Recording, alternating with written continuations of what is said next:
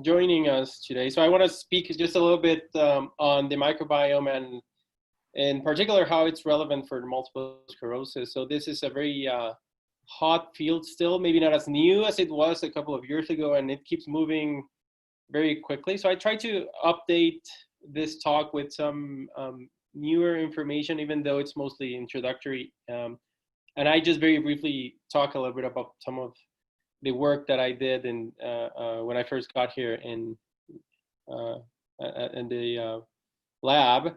So I'm going to just start off with, oh, if I can, there you go, with a brief agenda. So we're going to, first of all, we're going to talk a little bit about the gut-brain axis and general information on the microbiome and why this is relevant for the immune system. Now, then we're going to talk about some recent advances in terms of mechanistic insights into how the microbiome could actually do something in MS in particular, and at the end we're going to finish up with some general ideas also on how all this information could be eventually applied for a therapeutics in MS as well.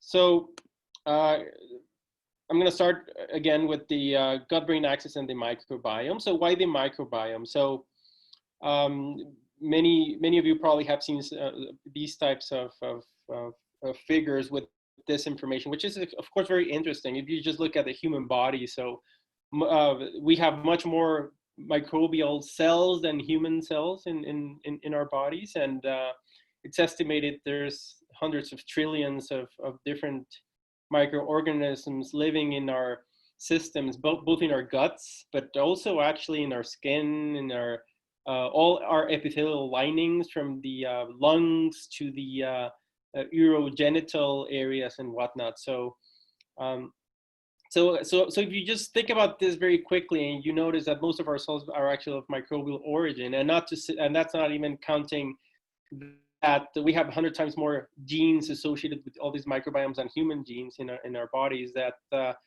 if you think about it, it might even be odd to think that you could ever think of human physiology without taking microbes into account. The actual link between homeostasis and the immune system in particular probably comes or is better explained in terms of the hygiene hypothesis. So here, up here, these are actually micro photographs of the intestinal system itself. So these are the mucosa villi that you can actually find in our guts. And here in green, there's a bunch of immune cells. So it's very quick and easy to see that there's a lot of immune cells, and the immune system and the gastrointestinal system are very much in close contact. Now, going back to the hygiene hypothesis, so these are some maps for incidences of some medical conditions. So here you have a world map of the frequency of soil-based helminths. So actually parasites, so worms, so intestinal worms that act as parasites. And you see, many places in South America, Africa, and Asia to be very much have very high incidences of colonization of these parasites. And then you look at similar maps for autoimmune diseases, and you see that it's almost a mirror image. So all the areas that have all these incidences of gastrointestinal parasites appear to have very low incidences here of autoimmune conditions. So this, in a way, has been termed a hygiene hypothesis. The idea is that maybe places where there are higher standards for hygiene and antibiotic use, for example, since early in life, leads to changes in how we are exposed to microbes, and that might have some impact on eventual development of autoimmune disease. So actually, the idea is something like this. We're born with microbes that are in our systems, and if you have a very interesting childhood and you do what normal children do and play around in the dirt and whatnot, you're going to be colonized with all these microbes, some good, some bad, but at the end of the day, you're going to develop a very healthy range of microbiota. Now, if you are in an environment full of antibiotics and extreme care for not being infected since early life, that might limit, even if just a little bit, your exposure to different microbiota. So your repertoire of colonizing microbes is going to be a little bit deficient. Now, the thought is that this eventually leads to changes in how our immune system works. So the general idea is something like this. So this is just a picture of our guts and our lining of our guts. And here is the inside of our lumens, or the inside of our guts filled with bacteria. This is actually our bodies, where there are many immune cells. And it seems like what's happening ever since we are born and early in life is that we have all these microorganisms that are in very close contact and proximity to our immune systems. And in a way, they're giving our immune system lessons in how to respond. So they're teaching our immune system everything about antigens and how to attack unwanted organisms, but also how to live in symbiosis with organisms that we might need for nutrients and whatnot. So depending on how much and how diverse and the types of these microbes, we will see differences in how immune cells in the gut will also eventually develop. And all these immune cells eventually can actually reach many of our organs systemically. So in a way, this is the hypothesis behind the hygiene idea, where being exposed to all these microbes will lead to a more balanced and nuanced immune response, to put it in a way. Now, how exactly this might happen, there's a bunch of different ways of precise interactions. So for example, you could have specific bacteria that might very specifically act with subsets of immune cells. You could also have others that are not our usual bacteria, but are bad bacteria that actually cause some gastrointestinal diseases. And they might also lead to differences in how immune cells might change. Maybe if you expose somebody to a lot of antibiotics, suddenly you have no microbes in the gut, and that could also lead to changes in how immune cells work. You could also have some bacteria that produce short-chain fatty acids, and we'll touch that a little bit deeper later in the talk, and that could also have different effects. But so at the end of the day, the whole interesting concept of all of this in my mind is that we're moving away from the T-centric, B-centric, or M-centric, or brain-centric idea behind neuroinflammation and MS and autoimmune conditions, and we're thinking about the gut-brain axis as a thing that could actually be very relevant if you think about this as a two-way pathway. Now, in very simplistic terms, if we try to apply this to neuroinflammation, to MS itself, one might think that maybe having a healthy microbiome looks something like this. You have a very varied constellation of different microbes living in our guts, and maybe in MS we have a depleted subset of microbiota, and maybe this is bad. And of course, there's been many studies. Now, I actually have not updated this slide for a year now, and there's been at least 10 more new recent studies. But in any case, people have actually looked at the composition of the microbiome in people with MS and compared it to controls. They take fecal samples, they grow them in culture, or do sequential MRI sequencing or shotgun sequencing. In any case, people are able to know a lot about the composition of somebody's gut microbiota, and it seems that when you compare people with MS with controls, there's a bunch of differences.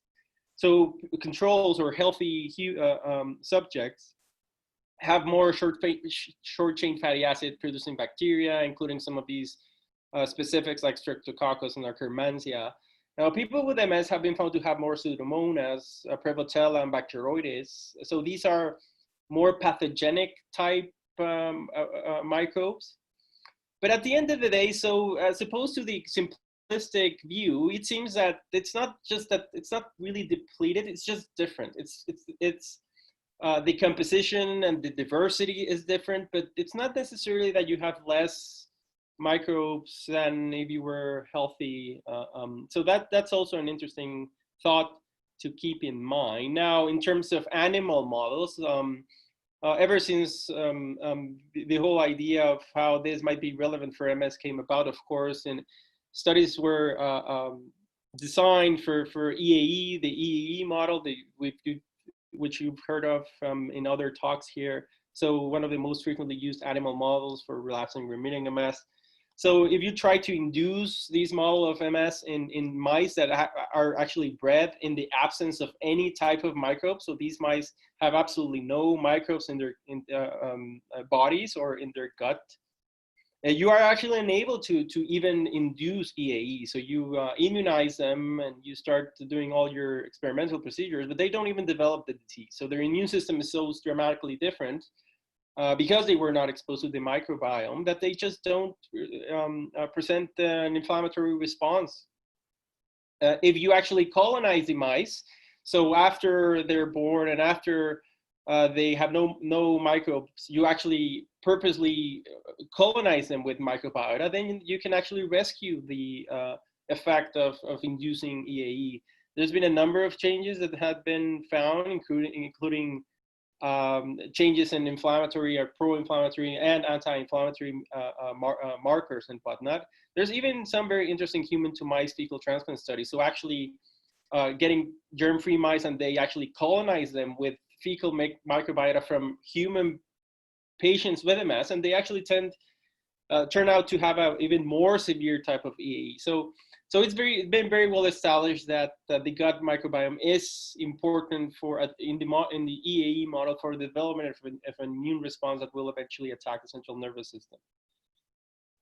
It's becoming even more complicated because it's already been shown that it's not only about being able to induce EAE, but if you look at the different models looking at chronic EAE versus relapsing remitting EAE, the microbiota itself can actually be different and determine what the disease is going to actually look like phenotypically. So it both changes the immune system in terms of its ability to respond, but it'll also modify responses that are already there.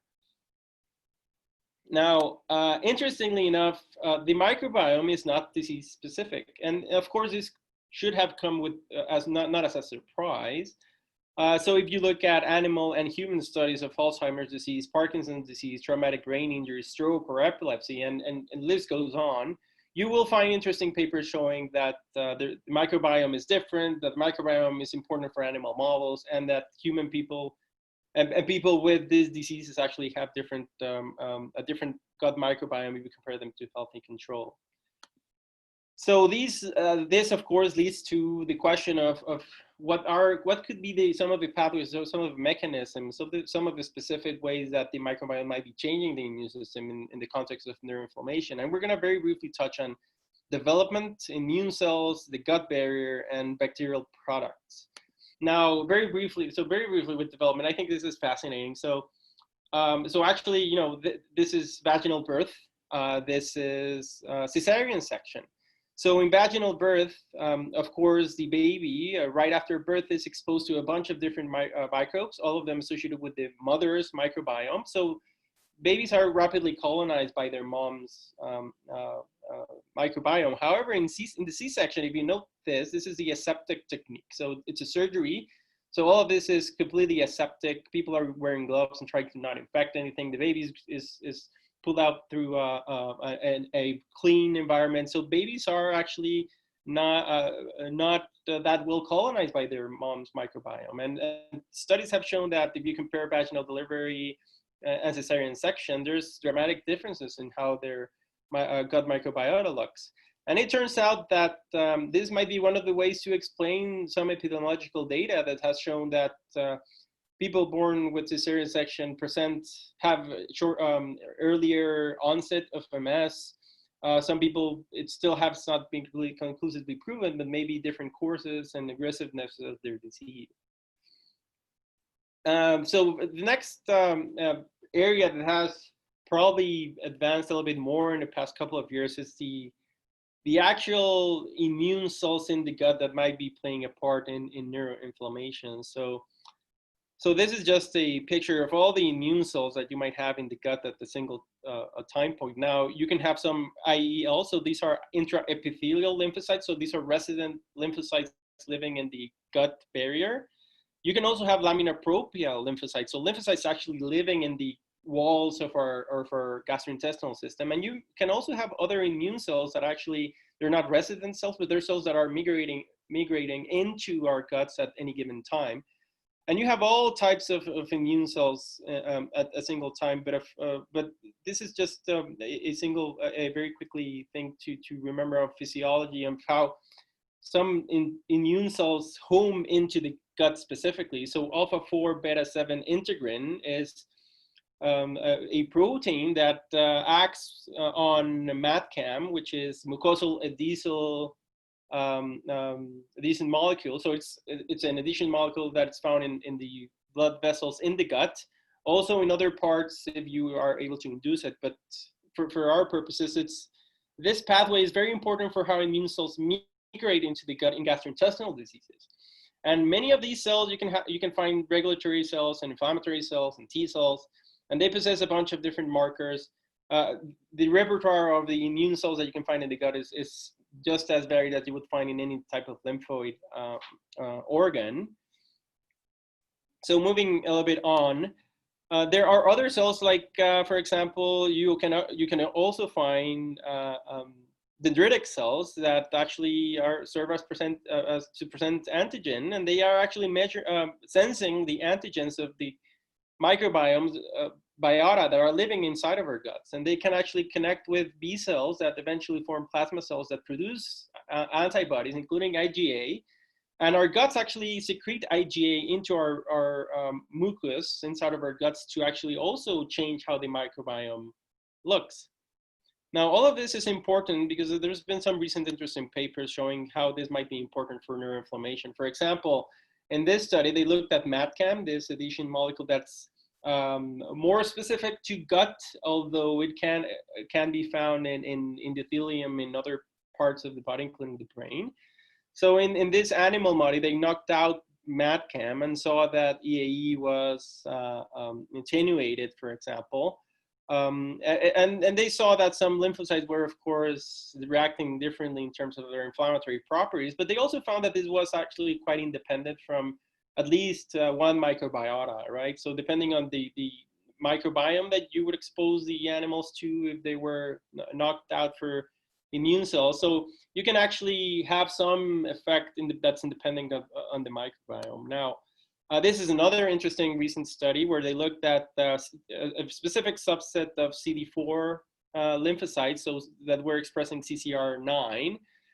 And they actually quantified how many of these cells they could find in people with MS. So here in blue, relapsing remitting MS, here in red, secondary progressive MS. Interestingly, they found that it was very similar to what you see in healthy but elderly people. And they compared it to healthy controls and found that these specific cells were depleted. Now, CCR9 cells are also thought to be gut homing cells. They're mostly found in the intestinal epithelia.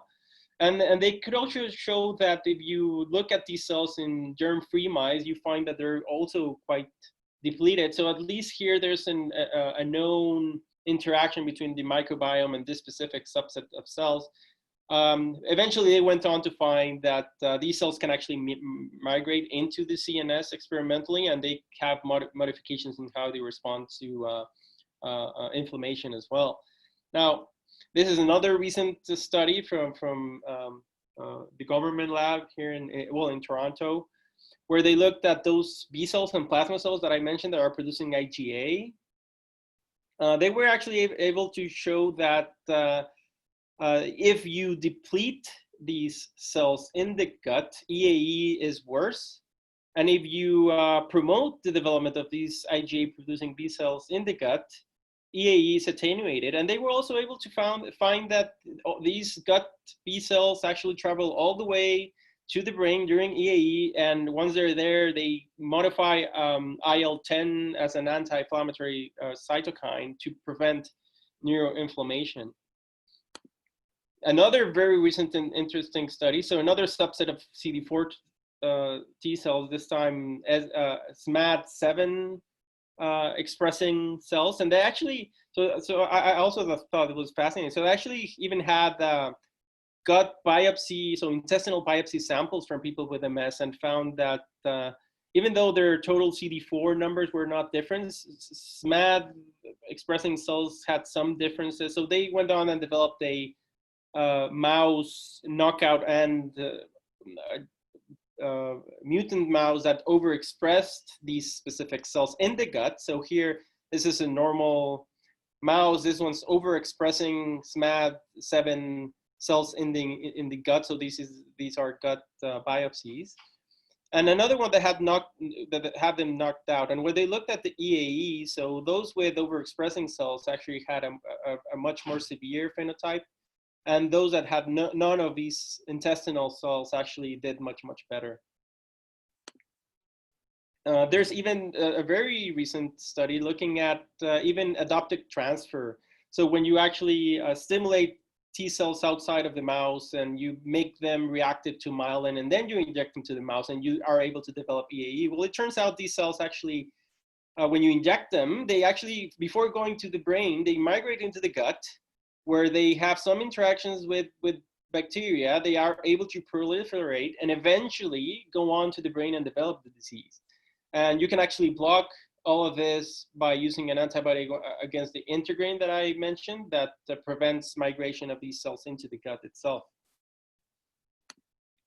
So it's becoming quite clear that it's a complicated picture, but at least for now, we know a bunch of different specific cells, some of them that might have links to the microbiome, and many of them can actually travel all the way to the brain. So you have B cells that are that regulate inflammation and also produce IgA. You have CCR9 cells that are able to also regulate inflammation. You also have encephalogenic cells, T cells, that use MAdCAM in a way to travel all the way to the brain and also potentially induce inflammation. So I think, you know, this is a very interesting area. Now, moving on to the gut barrier, and this is one of my particular areas of interest. So this is a micro picture of our enterocytes of our gut wall. So it's if you look at it at the single cell layer, so it is actually a single cell layer that's separating our bodies from the microbiome. So this is just a picture. So these are cuboid epithelial cells, and they are held together actually by tight junctions, just like many other barrier for epithelial barriers. And this is what separates our gut microbiota from our bloodstream and eventually also our immune system. So I've always thought that the gut barrier has to play an important role in all of this. And if you think about it, it just makes sense. So we do live with all of these microbes in symbiosis. So we give them something, we give them nutrients, because when we eat, they use what we eat, our diets, and in specific some fibers, so that they can live, and we give them conditions to thrive. Our guts are warm, they have the right temperature and pH, so they're able to live there. But we also take something from them. We can't actually produce short-chain fatty acids ourselves. We can't produce all of the tryptophan metabolites, including serotonin and melatonin, for ourselves. So we rely on our gut microbiota to actually produce these, and then we absorb them. But if you think about it, if we are absorbing things and if we are giving them things, we need things to be happening across this barrier. So going back to tight junctions, you have to think of tight junctions as, in a very simplistic way, it's basically a lock keeping together these two cells and not allowing things through. So I focused on this protein so the microbiota actually stimulates the production of this molecule called zonulin in enterocytes, and this molecule actually goes to the tight junctions and acts as a key that opens up the proteins to allow permeability. So it's an evolution.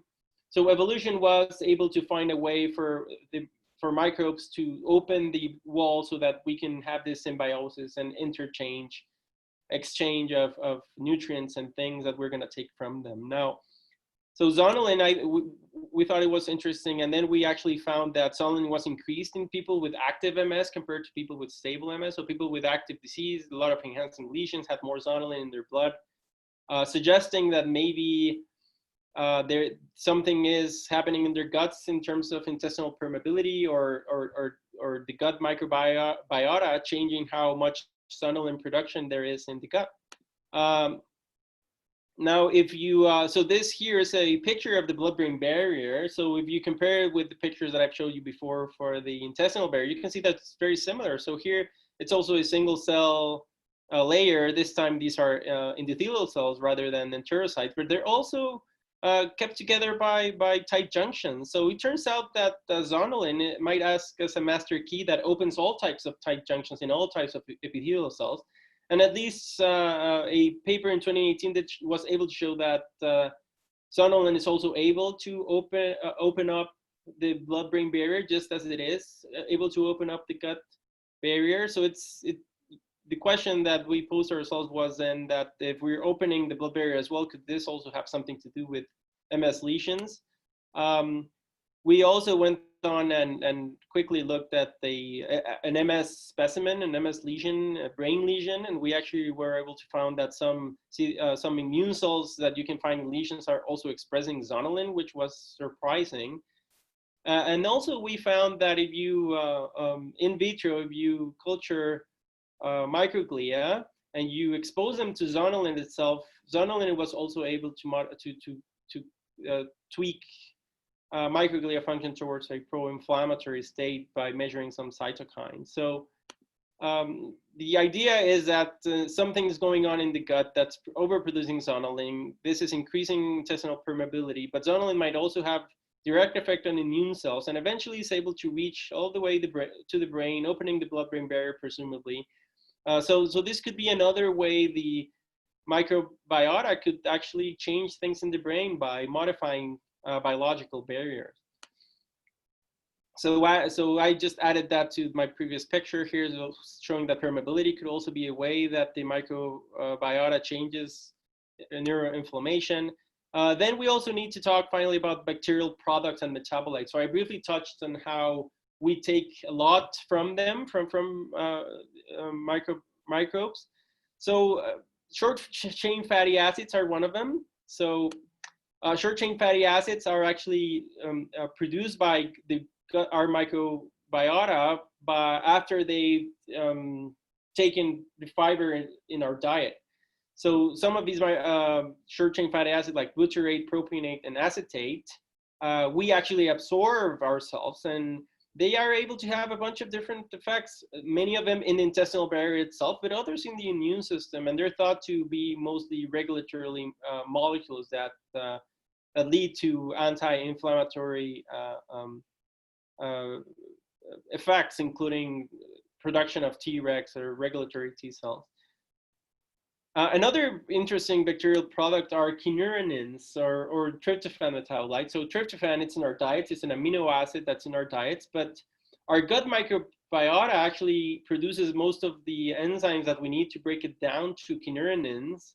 And kynuric acid or kynurenolic acid or other tryptophan metabolites are also known to have effects on astrocytes, microglia, and even on NMDA receptors. So this is yet another way of how bacterial products or the microbiota could end up changing immune responses and even brain neuroprotective responses. So this is a study showing that people with MS here, relapsing remitting MS here in yellow and progressive disease here in red and orange, have less tryptophan, have more kynurenine and kynuric acid and other tryptophan metabolites. So, and this has also been shown to be somewhat associated with disease severity and course. And there's a lot of interesting basic science studies looking at the effects of kynurenins on astrocytes, and notably led by Dr. Quintana in Harvard.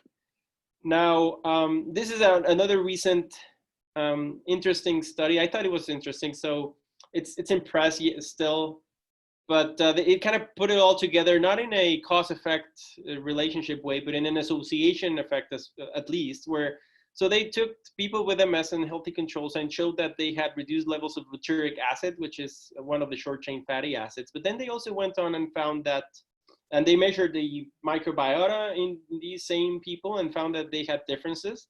They also measured intestinal fatty acid binding protein, which is another marker of intestinal barrier dysfunction, and found that people with MS also had increased intestinal permeability.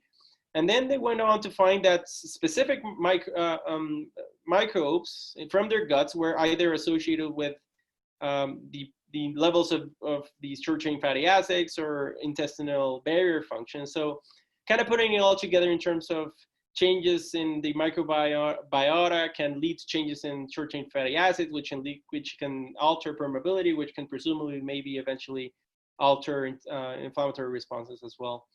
But this is, again, a moving field, and interesting research is coming out all the time. But here I just added now this picture here. So yet another way of how this could modify neuroinflammations through the production of kynureninins and short-chain fatty acids. So after all of that, so the other interesting step to think about is, of course, is whether we can actually use all of this to actually target the gut to protect the brain. So can we do this in any way for therapeutics? And let me just go back one here if I can. So I'm going to briefly talk just about probiotics, which are of course very popular, about fecal microbiota, transplantation, and diet, and just very brief comments on diet. Now, what are probiotics? So probiotics are live microorganisms that have beneficial effects on health. Usually they're of intestinal origin, so they are natural commensals of our gut microbiota or of other animals actually. They're safe. They're supposed to be viable and active in the gut, so it makes no sense if you take something that the acids in your gastric or in your stomach will kill them. You need specific microbes that will eventually reach and populate your gastrointestinal system. Now, there's a bunch of papers on EAE, so I won't go into detail. You don't have to, try to figure out what all these pictures show. They all show that if you use different types of probiotics in the EAE model, you see reduced inflammatory responses, you see less EAE or less severity and whatnot. So that is, of course, interesting in itself. But it's interesting that there's some human studies, although they're very limited in terms of their methodology. But there are some interesting ones, though. It's a very small study, for example. They looked at 9 people with Rossing-Remitting MS versus 13 controls. And they gave them VSL3, so this is a probiotic. So this is an interesting probiotic because it's approved by regulatory agencies for the clinical treatment of some types of inflammatory bowel disease. So it's very well studied in terms of its effects in the gut, and it's approved in some countries for clinical use.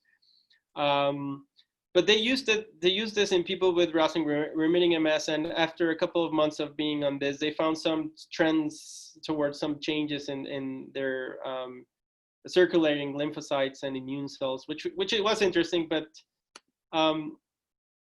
maybe limited in terms of its scope. Now, this other study, again, looked at the same population, but then they looked at other measures, and actually what they did, so they gave people the probiotic for 2 months, but then for another 2 months, they stopped it. And they took stool samples at the beginning, in the middle, and at the end to see if there were changes in the gut microbiome. And they actually did find that. So from baseline, so every color is a different type of microbe population from fecal samples.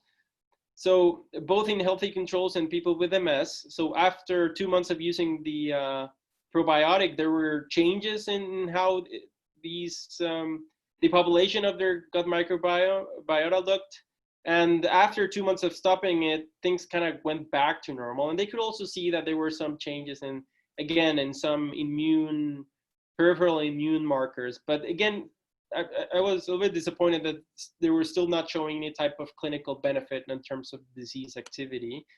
This is another study that looked at 60 people with MS, and they gave them a completely different type of probiotic for 3 months, or placebo. And they did report some changes in metabolism, but they also reported this significant, quote unquote, significant change on ADSS, which is a measure of disability in people with MS.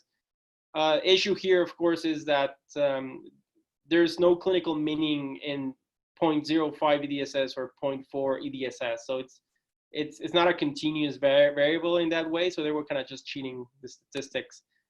The same group actually looked at some inflammatory markers and showed some trends and positive effects maybe towards some cytokines and whatnot. Now, let's not forget that so far we've discussed probiotics and bacteria most of all, but parasites are microbiota too, right? And remember how I started mentioning the hygiene hypothesis, and how in the world map you see this. So the best measure of the hygiene hypothesis are intestinal parasites rather than bacteria. But so this is just a helminth, and helminths are very interesting because they actually compete with bacteria when they're in their guts. So they are able to modify bacterial composition, but they also make our bodies produce things like IgA. So hyper IgA, finding a lot of IgA in someone could be indicative of they being affected by a parasite, and they change the structure of our intestinal mucosa itself. So there's been some interesting EAE studies where they actually, so after inducing EAE, they infected these mice with H. polygyrus, which is this worm, and we're able to find that after infecting them, there was a dramatic drop in the EAE clinical score associated with, again, some beneficial immune changes. And the interesting thing is this actually has also been done in humans. So this is the HINT-2 clinical trial showing the safety and efficacy of helminth treatment in relapsing remitting MS. So these are people with MS who actually received eggs of Trichuris suis, which is this worm. So this is actually a picture from a patient with MS confirming that they actually received the worm, and the worm was happy inside of the patient's gut. They followed these people for months, actually, almost even a year.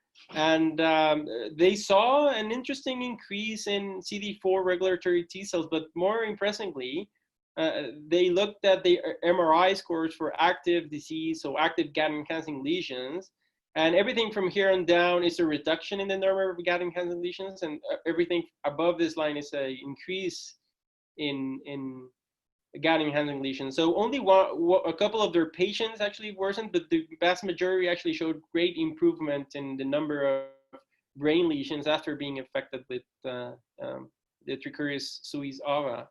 Now, of course, after this study, they did receive anti-parasitic medications, and it was eradicated, in case you were wondering. But I think this is also fascinating.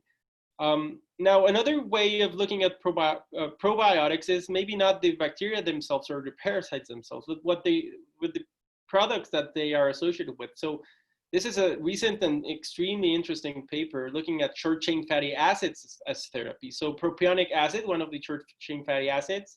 So it's actually completely safe for human use, and it's used for as a preservative for foods and chemical things for coloring and whatnot. So, but it's actually a short-chain fatty acid, and so they grabbed a bunch of people, hundreds of people in a clinical trial in Germany, and had them take 1 gram of propionic acid per day for a year or so. And over time, they actually saw a clinically significant reduction in number of relapses.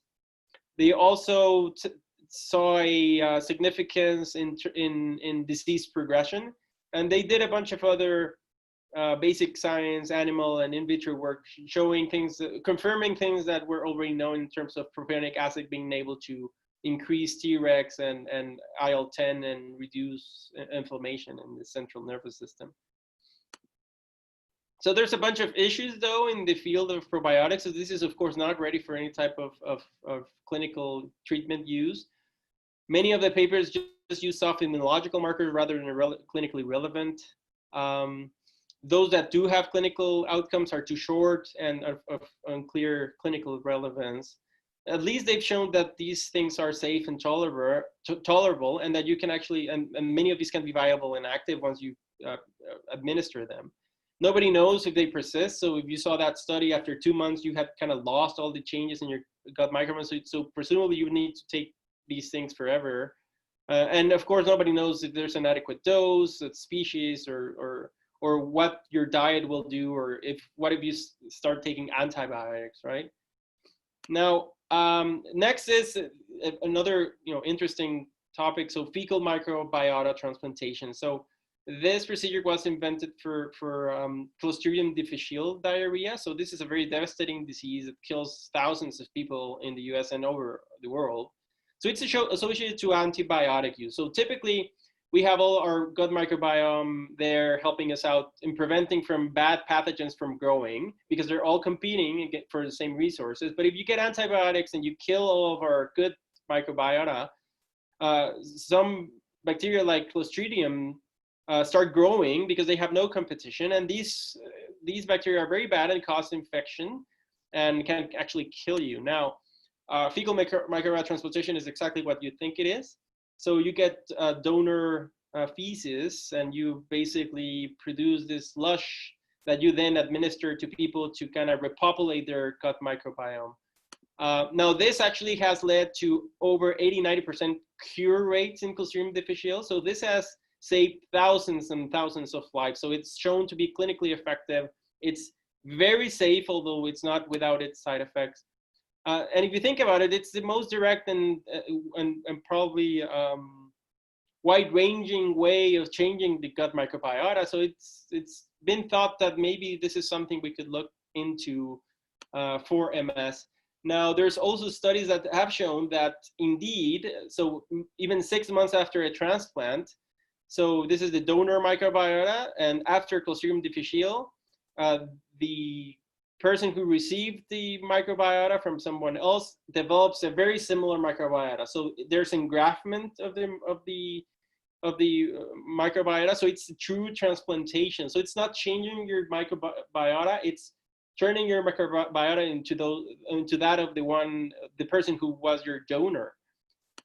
Now, there is almost no evidence in people that this might work. There's some anecdotal evidence. There's a study in Australia, 3 people with MS who received fecal microbiota transplantation and seemed to improve in their neurological symptoms.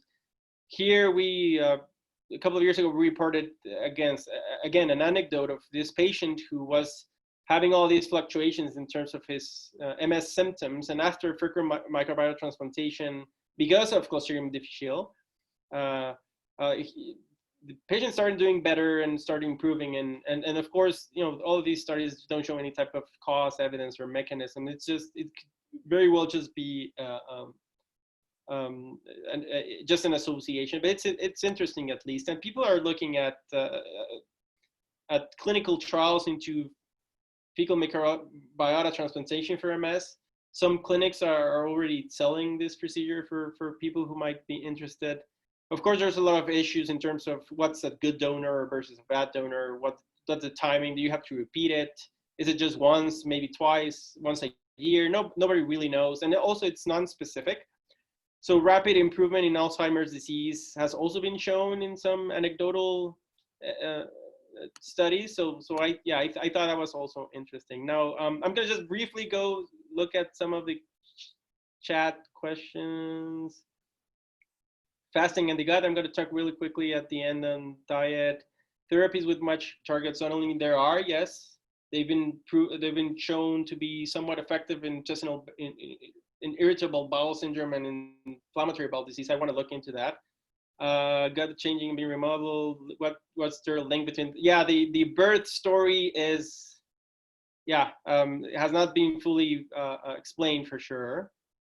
Other proteins besides zonulin, there's a number of different proteins that act on permeability and tight junctions for sure. Yeah, all interesting questions. So moving on, there's even this recent interesting paper of postbiotics. So not probiotics, not bacteria, not bacterial products, but so I thought this was also very interesting. So what they actually found is that people with MS in their fecal samples, they also found a bunch of microRNAs, and some of these microRNAs are actually able to modify our populations have got microbiota, and they went on to find that if you administer just this fecal-derived microRNAs to in the animal model, you were also able to attenuate the disease. So again, a bunch more questions are being asked than answers are being provided in this very rapidly moving field. Now, what about diet? Of course, so you know, the microbiota is going to be changed by a bunch of things. So exercise can change your microbiota. Your genetics and epigenetics should.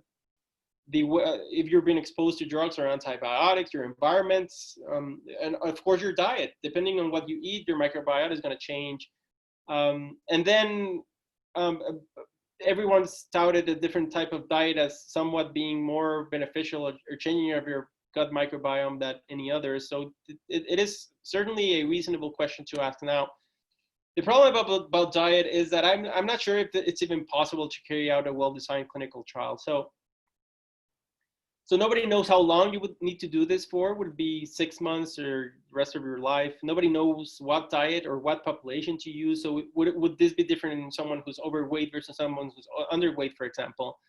And there's a lot of different diets that have been studied or recommended: low salt diet, intermittent fasting, ketogenic diet, modified diet, keto, paleo diet, what have you. There's books written on it, and this is mostly in the area of popular science. The truth is, there is just no good evidence showing that any particular diet is helpful clinically. Of course, if you change the diet artificially in a mouse, you're going to find differences, and you might even cure the disease if you just modify their mice chow. But for now, for practical purposes, although this is very interesting to look at, a healthy diet is what we usually recommend. Now, in terms of the clinical trial, so again, a good diet, you should have a good diet anyways, even if you don't have MS, because this will prevent diabetes, heart disease, cancer, major causes of death. So that's majorly my issue with diet. So everyone should be in a good diet, but almost no one is anyway. So I don't even know if we could actually convince people from changing their diet just because we show that it's beneficial. Of course, many people already do change their diet just because they're sick, right? So we get patients all the time who by themselves, they already want to change their diet, and they do, and that's fine. But trying to change the population at large is very difficult if you think about population health in a population health level. Now, so again, there's more questions than answers, and I haven't even touched on a bunch of areas of interest, including our livers and our bile, which is also full of microbiota. And the liver, of course, is very metabolically active and produces all types of molecules that might also change neuroinflammation. And there's a bunch of literature on this. I didn't even touch on that. We've focused on bacteria and helminths, but we also have a very healthy and varied fungal microbiota and a viral microbiota, and this is only beginning to be looked at. So we've only scratched the surface in truth. And there's also for example, we've talked about how things in the gut might affect the brain, but the brain can actually affect how the gut works through the vagus nerve, and it can change production of fluids that might change the microbiome, and it can change inflammation. So remember, this is a two-way highway, and nobody has very much looked at the other side of the equation, interestingly enough. So in the big picture, I think, we're still here looking in this field at the tip of the iceberg, and we still don't know much about what's going on in the gut and the microbiota, and how all of this might be ultimately important for people living with disease. Of course, if you're a mouse, you're happy because we are able to cure your EAE, but unfortunately, this is just not the case yet in people. So just quickly summarizing, so the microbiome is essential for the development of an immune system. We know that the microbiome changes are present in MS, and that they may change immune responses both in the periphery, but also in the central nervous system. There's a bunch of potential mechanisms. The gut barrier could be important. Immune cells are certainly important. Bacterial products are also very important. But we certainly do need to figure out more specific pathways, and this is ongoing work in labs across the world. And microbiome-based therapeutic approaches are promising, but of course we're not even near anything that would be clinically useful. And there's just still too much to learn, but I do think that the field is very, very exciting. So I'm going to stop there so that I can get some maybe some questions and maybe some feedback. So I'll be happy to answer questions. So let me go back to the chat and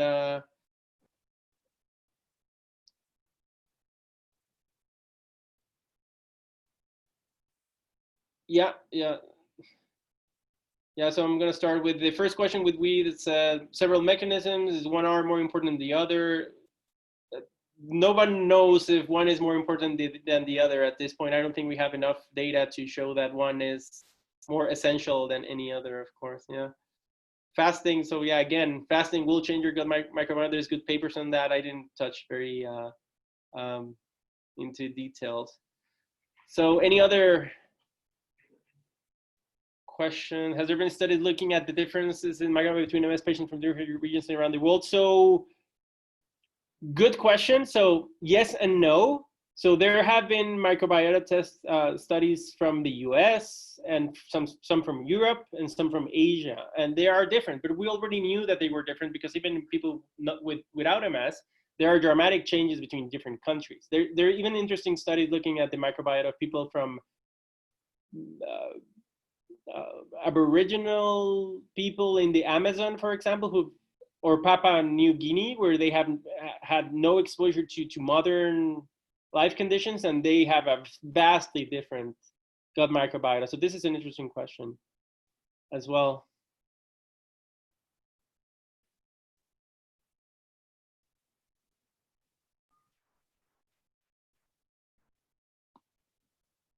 Yeah, so no more questions?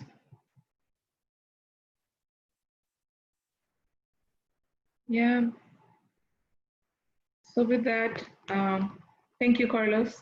Yeah, absolutely. Interesting talk. And yeah, and everybody else, we'll see you next Thursday. Thank you so much. Bye. Thank you all.